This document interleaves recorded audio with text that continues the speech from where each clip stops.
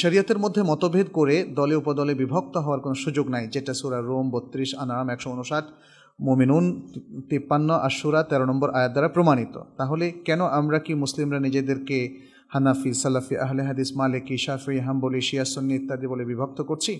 আমাদেরকে এগুলো বাদ দিয়ে মুসলিম হওয়া উচিত নয়? আসলে কি এই পরিকল্পনাটা কে করেছেন যে চলেন আমরা সবাই দলে বিভক্ত হই? কেউ কিন্তু করেননি। এটার কারণটা ছিল, আমরা যখন শরিয়াকে সিরিয়াসলি বোঝার চেষ্টা করিনি, এ সম্পর্কে জ্ঞান অর্জন করিনি এবং এই সম্পর্কে এবং শরিয়াকে সিরিয়াসলি ইমপ্লিমেন্ট করার ব্যাপারে আমরা কাজ করিনি, তখন এটা হয়ে গিয়েছে। এটা অনিবার্য পরিণতি, একটা জাতির অনিবার্য পরিণতি।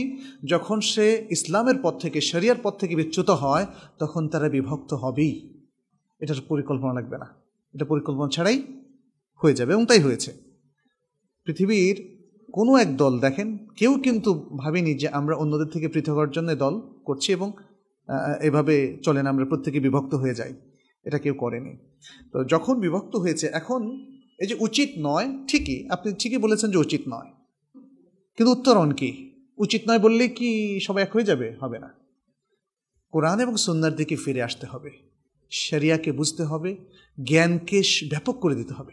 শরিয়া ভিত্তিক জ্ঞানকে ব্যাপক করে দিয়ে আমাদের লোকজনকে শরিয়ার প্রতি শ্রদ্ধাশীল যদি করতে পারেন এবং তারা শরিয়ার মেথডটা ফলো করতে পারে, মেথডটা বুঝতে পারে, ফলো করতে পারে, তাহলে ধীরে ধীরে ধীরে ধীরে ধীরে আপনার বিভক্তি কমে আসবে। যেভাবে ধীরে ধীরে বিভক্তি হয়েছে, বিভক্তি ধীরে ধীরে যাবে, এটা একদিনে যাবে না। কেউ বা কোনো দেশের মানুষ অথবা পৃথিবীর মুসলিমরা একমত হয়ে কোনো দিন আর একমত হতে পারবে না, এটা অসম্ভব একটা বিষয়।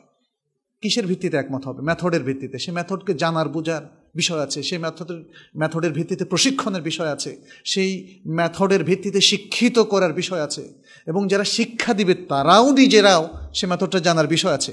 আমরা তো এখন কম্পিটেন্ট শিক্ষক পাই না, তাই না? শরিয়া বুঝে সে লোক পাই না, শরিয়া এক্সপার্ট নাই। যারা বুঝে তারা পার্টলি বুঝে, যে যতটুক বুঝে বাইরে যেতে চায় না। অতএব ব্যাধিটা এত ভয়ঙ্কর এবং এত দূর গড়িয়েছে যে চিকিৎসা করতে আমাদের কয়েকশো বছরও লেগে যেতে পারে। এটা হচ্ছে একটা বাস্তবতা।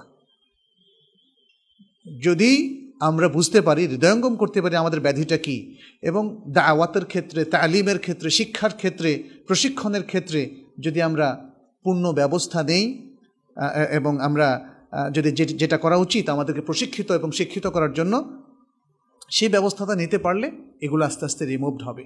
আর যদি সে ব্যবস্থাটা আমরা কার্যকরভাবে নিতে ব্যর্থ হই এখনও, তাহলে এই বিভক্তি দিনকে দিন আরও বেড়ে যাবে। তবে অবশ্যই এটা উচিত নয়। ধরুন একটা স্বাধীন